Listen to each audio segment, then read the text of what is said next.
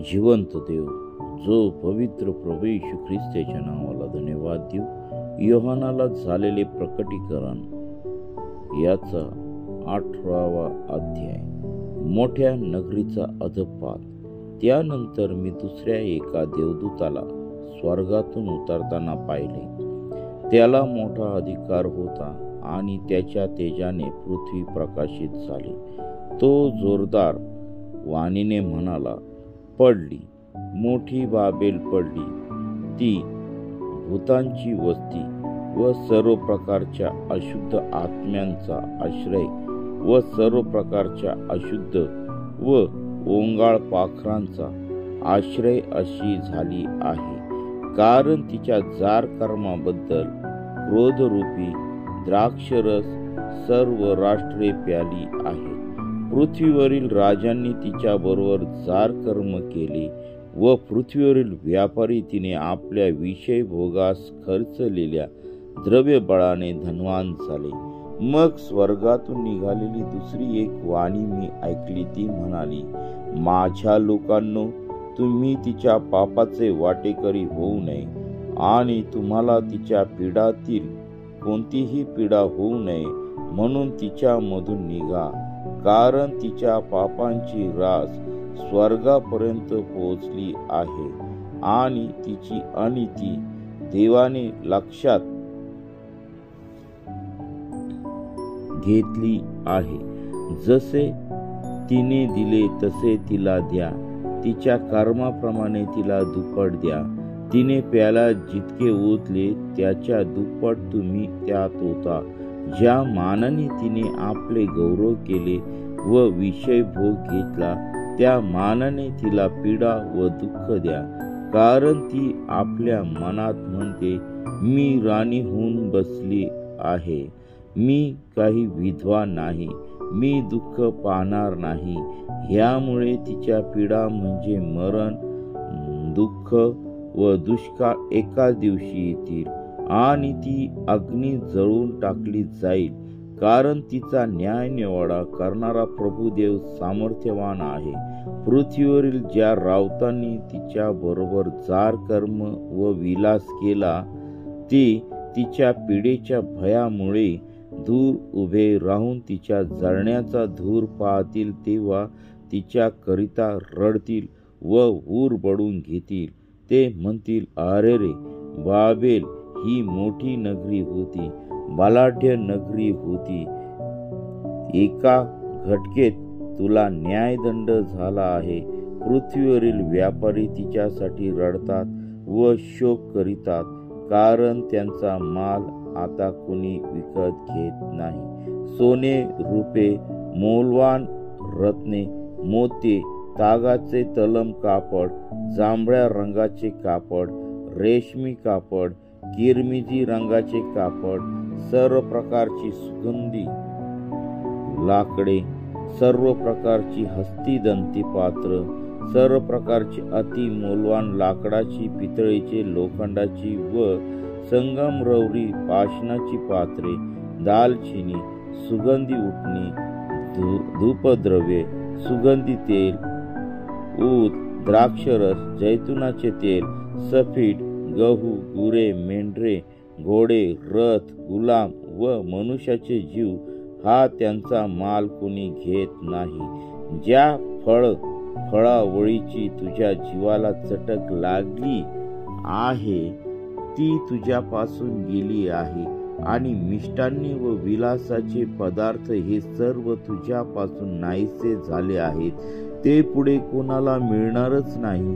तिच्या योगाने धनवान झालेले त्या पदार्थाचे व्यापारी रडत व शोक करीत तिच्या पीडेच्या भयामुळे दूर उभे राहतील आणि म्हणतील, अरे पहा, ही मोठी नगरी तागाची बारीक वस्त्रे, जांभळी व किरमिजी वस्त्रे, पांघरलेली सोने, मौल्यवान रत्ने व मोते यांनी शृंगारलेली नगरी, एका घटकेत या इतक्या संपत्तीची राख झाली.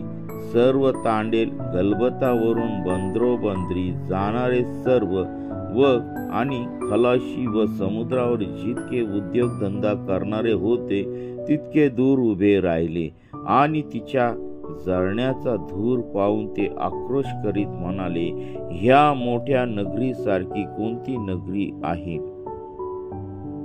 त्यांनी आपल्या डोक्यात धूळ घातली आणि रडत शोक करीत व आक्रोश करीत म्हटले, अरे रे, जिच्या धन संपत्तीने समुद्रातील गलबतांचे सगळे मालक श्रीमंत झाले, ती मोठी नगरी तिची एका घटकेत राख रांगोळी झाली.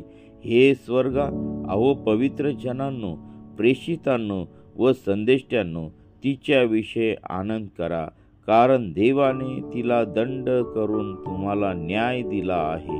नंतर एका बलवान देवदूताने जात्याच्या मोठ्या तळीसारखा धोंडा उचलला आणि तो समुद्रात भिरकावून म्हटले, अशीच ती मोठी नगरी बाबेल झपाट्याने टाकली जाईल व ह्यापुढे कधी सापडणार नाही. वीणा वाजवणारे, गवई, पावा वाजवणारे व कर्णा वाजवणारे यांचा नाद तुझ्यात ह्यापुढे ऐकूच येणार नाही. कसल्याही कामगिरीचा कोणताही कारीगर तुझ्यात सापडणारच नाही आणि जात्याचा आवाज तुझ्यात ह्यापुढे ऐकूच येणार नाही. दिव्याचा उजेड तुझ्यात ह्यापुढे दिसणार नाही आणि नवरा नवरीचा शब्द तुझ्यात ह्यापुढे ऐकू येणारच नाही. तुझे व्यापारी पृथ्वीवरील थोर लोक होते आणि सर्व राष्ट्रे तुझ्या चेटकाने ठकविली गेली. तिच्यामध्ये संदेष्ट्यांचे, पवित्र जनांचे व पृथ्वीवर बदलेल्यांचे सर्वांचे रक्त सापडले. वाचलेले वचन देवबाप आशीर्वादित करो. प्रियांनो, हे सुंदर वचन आम्हाला आजच्या दिवसासाठी देवाने दिलेलं आहे. या वचनाचा आपण अभ्यास करूया, आपण मनन करू आणि प्रभू आम्हाला काय उलगडून सांगणार आहेत ते सर्व आपण जाणून घेऊ. आपण अधिक आणि अधिक जिवंत देवाच्या जवळ जाऊ आणि आपण प्रार्थना करू. हालेलुया, स्तुती, धन्यवाद येशू देवबापा, तू पवित्र असा परमेश्वर आहे. हे देवा, हे सुंदर असं वचन तू आम्हा प्रत्येकाला तू दिलेलं आहे, त्याबद्दल मी तुझ्या नावाला धन्यवाद देत आहे. प्रभू, हे वचन आमच्या हृदयात, आमच्या मनात, आमच्या जीवनात, आमच्या कुटुंबात, आमच्या देशात, या सर्व राष्ट्रांमध्ये बसू दे आणि तुझ्या नावाचं गौरव दे. सर्व दुष्टाच्या सत्तेपासून प्रिय प्रभू येशू तू आमचं संरक्षण कर. विशेष करून जो काही उन्हाचा ताप वाढलेला आहे प्रिय प्रभू, तो उन्हाचा ताप तुझ्या पवित्र सामर्थ्याने कमी कर आणि तुझ्या नावाचं गौरव होऊ दे.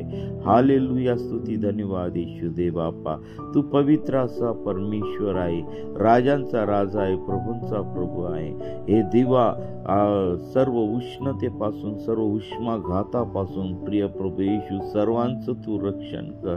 हे देवा, या मानवाच्या चुकीमुळे आज हे पृथ्वी त्रास सहन करत आहे. ओ हालेलुया, स्तुती, धन्यवाद येशू देवबापा. देवबापा, या मानवाला सुयोग, चांगली बुद्धी दे आणि प्रिय प्रभू येशू पापापासून दूर ठेव आणि तुझं गौरव होऊ दे. तो जिवंत देव आहे, या सर्व राष्ट्रांना कळू दे. देवा, तुझ्या सर्व दासदासींना या लोकांपर्यंत तू घेऊन चल आणि प्रिय प्रभू येशू तुझं वचन त्यांच्या कानावरती पडू दे.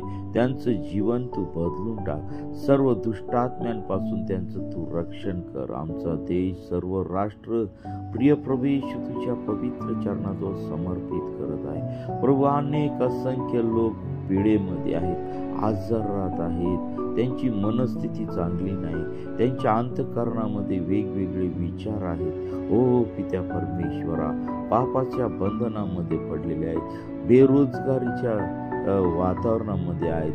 ओ पित्या परमेश्वरा, प्रभू, सर्व वेगवेगळ्या प्रकारच्या समस्यांनी भरलेले लोक आहेत. त्यांच्या जीवनातील सर्व समस्या, सर्व आजार, सर्व विचार, सर्व पीडा येशूच्या नावामध्ये निघून जाऊ दे. त्यांच्या जीवनामध्ये तुझी शांतीचा उगम उतरून येऊ दे. ओ पित्या परमेश्वरा, सर्व प्रकारे दुष्टात्म्यांनी लावलेले आत्महत्येचे विचार नासूर येशूच्या नावामध्ये काढून टाकत आहे. प्रभू, आज आम्ही जगत असताना प्रिय प्रभू येशू तू आमचं संरक्षण करतोस, त्याबद्दल मी तुझ्या नावाला धन्यवाद देत आहे. प्रभू, आमच्या जीवनातील मृत्यूचं भय तुझ्या पवित्र सामर्थ्याने तू काढून टाक. प्रिय प्रभू येशू, आज या सकाळच्या समय आम्ही प्रार्थना करत असताना सर्व दुष्टात्मे प्रार्थनेला जे काही अडखळण करत आहेत ते सर्व अडखळण येशूच्या नावामध्ये काढून टाकत आहे.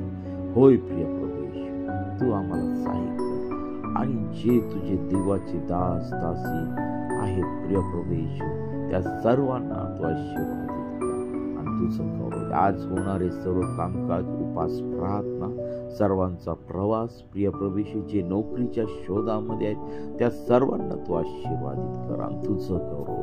प्रिय प्रभू येशू, जे हॉस्पिटलमध्ये ऍडमिट आहेत त्यांचे बिछाने तू प्रिय प्रभू येशू मोकळे कर.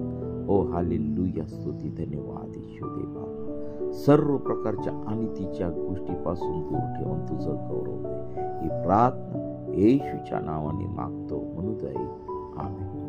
प्रियांनो, आपण जे चॅनल सबस्क्राईब करत आहात, शेअर करत आहात त्याबद्दल प्रभू येशू ख्रिस्तामध्ये आपल्या सर्वांचे आभार. आणि प्रियांनो, आणखीन लोकांपर्यंत हे चॅनल शेअर करा, सबस्क्राईब करा आणि देव बाप तुम्हाला आणि तुमच्या परिवाराला आशीर्वादित करो. आम्ही आपल्यासाठी सदैव प्रार्थना करत आहोत. निसंकोचपणे आम्हाला प्रेयर रिक्वेस्ट टाका, आम्ही आपल्यासाठी प्रार्थना करत आहोत. देव बाप आपल्या सर्वांना आशीर्वादित करो. आमचा प्रार्थनेसाठी संपर्क क्रमांक आहे 9730301668. या क्रमांकावरती संपर्क करा. आम्ही आपल्यासाठी सदैव प्रार्थना